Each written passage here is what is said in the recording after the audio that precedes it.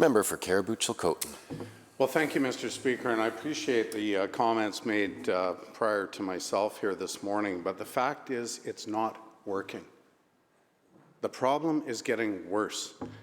I rise today, of course, proudly to support the motion, be it resolved that this House opposes taxpayer-funded drug trafficking and requests the Auditor General of British Columbia investigate the use of public funds by the Drug User Liberation Front and Vancouver Area Network of Drug Users.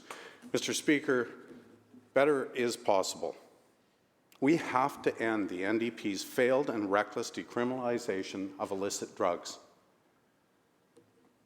We have to consider alternative sentencing and rehabilitation. We can do that through a number of means, Mr. Speaker. Individuals facing sentencing could be presented with choices between traditional incarceration and secure treatment. Mr. Speaker, we absolutely must litigate against dealers in cases where they sell lethal drugs that result in death by overdose.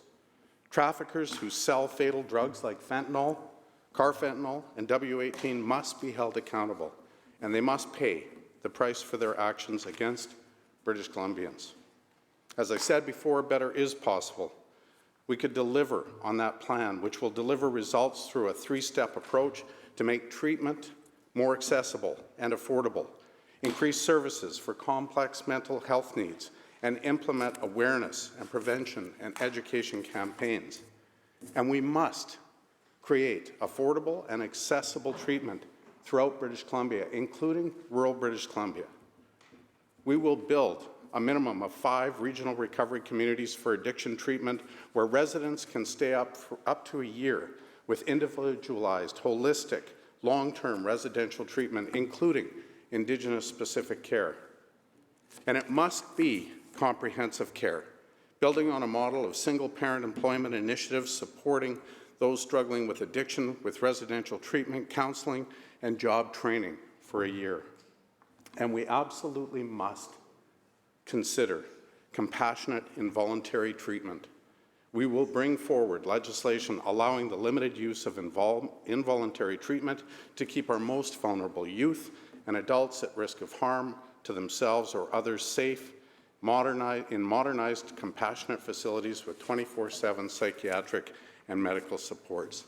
And Mr. Speaker, with respect to homelessness, we absolutely endorse the plan by Dr. Julian Summers and Simon Fraser University that provides an effective roadmap to address street homelessness with a focus on evidence-based services, partnerships with Indigenous organizations, and a highly effective model of a person-centered services, and also establishes independent housing alongside of existing supported housing throughout the province. Mr. Speaker, under this Premier, the taxpayer-funded drug crisis has absolutely exploded, and British Columbians are truly frustrated.